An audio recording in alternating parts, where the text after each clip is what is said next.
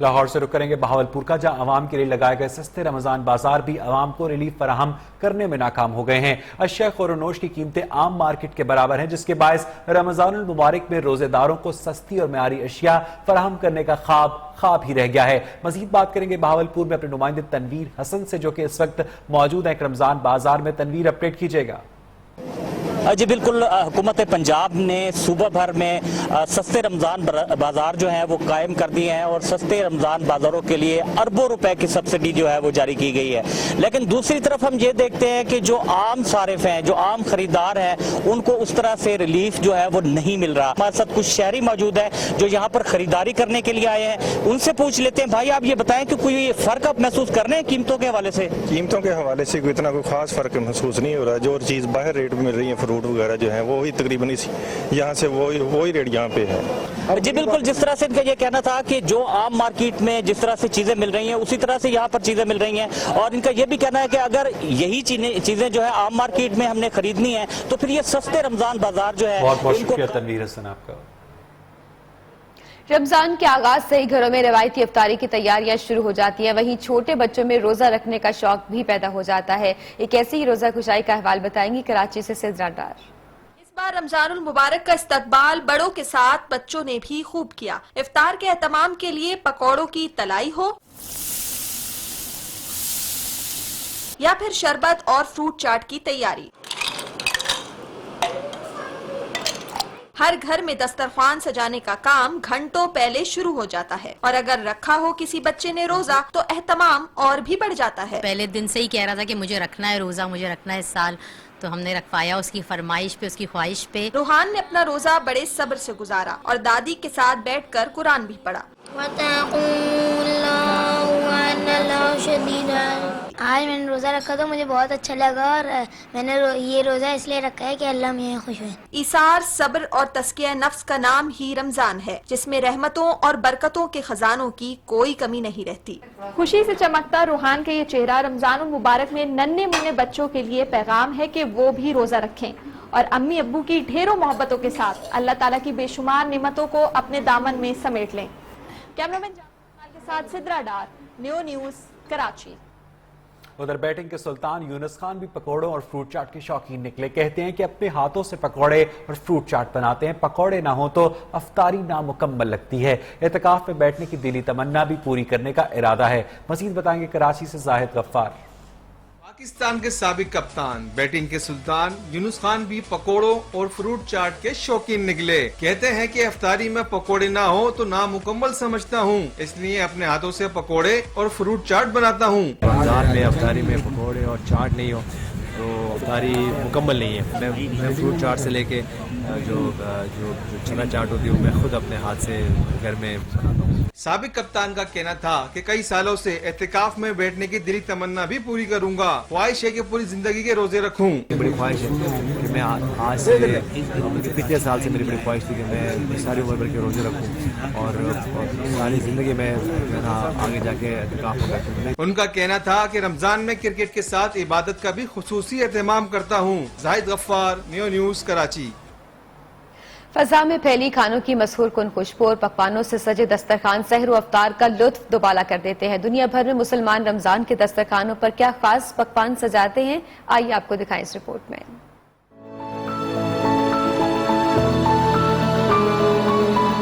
دنیا بھر میں رمضان میں سحر و افطار کے خاص پکوان، بھیڑ کا گوشت، پیاز، دہی اور ترک مسالوں میں تیار کباب ہر دل عزیز۔ ترکی میں افطار کی من پسند ڈش ادانا کبابی، سفید چنے، دالوں، سبزیوں اور گوشت سے تیار کردہ حریرہ سوپ مراکش میں روزے داروں میں مقبول۔ ملائیشیا میں چاولوں سے تیار کردہ خاص کھچڑی ببر لمبوک رمضان میں کھاتے ہیں ہر خاص و عام۔ چین میں چاولوں کے نوڈلز، گوشت اور مختلف سبزیوں سے تیار پاؤ ماؤ سوپ، اور انڈونیشیا میں کولاک پسانگ کے نام سے مشہور ناریل اور کیلے سے تیار کردہ افطار سویٹ ڈش۔ اہم خبر شامل کریں گے کراچی سے، جہاں کورنگی گورنمنٹ ہسپتال میں پاکستان کے سب سے بڑے چائلڈ ایمرجنسی وارڈ کا افتتاح وزیر اعلیٰ سندھ مراد علی شاہ نے کیا۔ وارڈ میں سالانہ 1.5 لاکھ بچوں کا مفت علاج ہو پائے گا۔ مزید بات کریں گے کراچی میں اپنے نمائندے عاصم اشرف سے۔ عاصم بتائیے گا اس بارے میں۔ دیکھیں جی، کراچی میں علاج کی سہولت کے لیے جو ہے وہ سندھ حکومت نے ایک اور انیشیٹو لیا ہے۔ ایک نجی فاؤنڈیشن کے اشتراک سے جو ہے وہ کورنگی 5 نمبر کے گورنمنٹ اسپتال میں جو ہے وہ اس وقت جدید چلڈرن ایمرجنسی وارڈ کا جو ہے وہ افتتاح کیا ہے وزیر اعلیٰ سندھ سید مراد علی شاہ نے۔ اس میں جو ہے وہ 80 بستروں کی گنجائش ہے اور اس وارڈ کی مدد سے جو ہے وہ سالانہ 1.5 لاکھ بچوں کا جو ہے مفت علاج ہو سکے گا۔ اس سے قبل بھی جو ہے وہ یہاں پر مختلف انیشیٹو لیے جاتے رہے کورنگی کے اسپتال میں، اور اب جو ہے وہ یہ دعویٰ کیا جا رہا ہے سندھ حکومت کی جانب سے یہ پاکستان کا جو ہے وہ سب سے بڑا چلڈرن ایمرجنسی وارڈ ہے۔ بہت بہت شکریہ عاصم اشرف، اپڈیٹ کر رہے تھے کراچی سے۔ اور یہاں بلیٹن میں وقت ہوا ایک بریک کا۔ بریک سے پہلے نیوز اپڈیٹس۔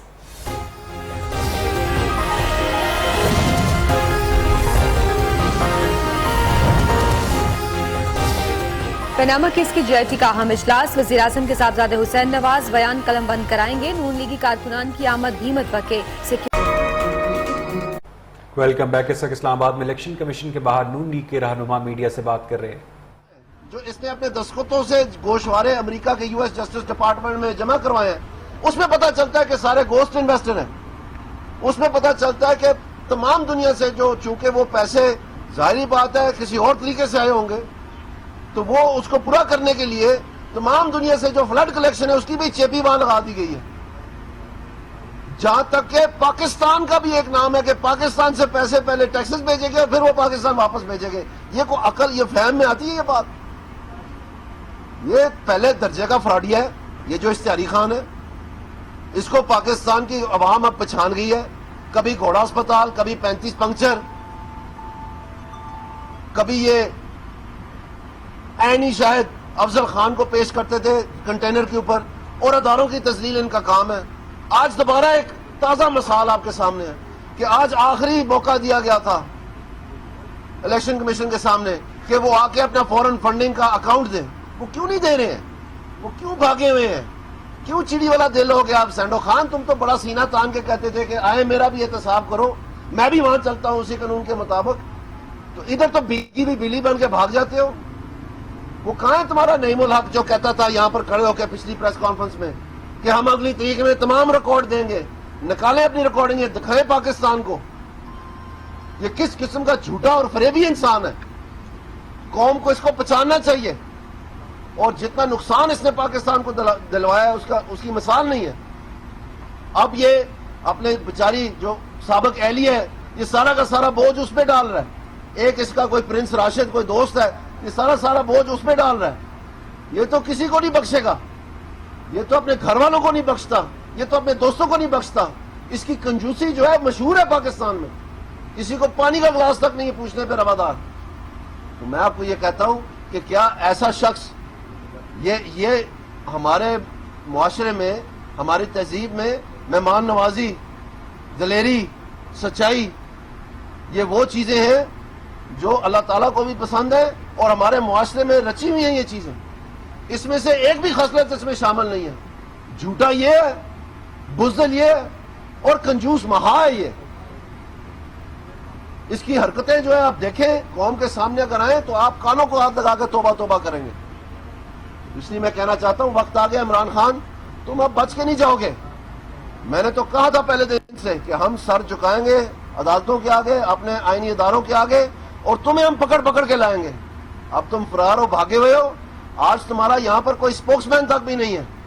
ایک دن آئے گے کہ تم اپنا گلمہ پھٹے ہوئے یہاں پر بال لمبے کر کے اکیلے سڑک پہ پھرو گے، اور لوگ تمہیں دیکھیں گے کہ یہ وہ مثال ہے جس نے پاکستان کی عوام کے ساتھ جھوٹ بولا تھا۔ یہ پھر اللہ تعالیٰ کرتا ہے ان لوگوں کے ساتھ، اور تمہیں تھوڑی سی شرم آنی چاہیے۔ تم FBR کو گالیاں نکالتے ہو، تم سپریم کورٹ کو برا بلا کہتے ہو، تم الیکشن کمیشن کو برا بلا کہتے ہو، تم IGs کو، پولیس کو برا بلا کہتے ہو، تم ہر ادارے کو، پارلیمنٹ کو تم نے اٹیک کیا، پرائم منسٹر ہاؤس کو اٹیک کیا، PTV تم نے بند کیا۔ تمہیں کسی چیز کی شرم نہیں آتی؟ اپنے گریبان میں جھانک کے دیکھو تم کس قسم کے انسان ہو۔ ہم تمہارا اصلی چہرہ جو ہے پاکستانی عوام کے سامنے بے نقاب کر رہے ہیں، اور کر رہے ہیں روز بروز۔ آپ دیکھ رہے ہیں پاکستانی عوام۔ کل تک یہ تھا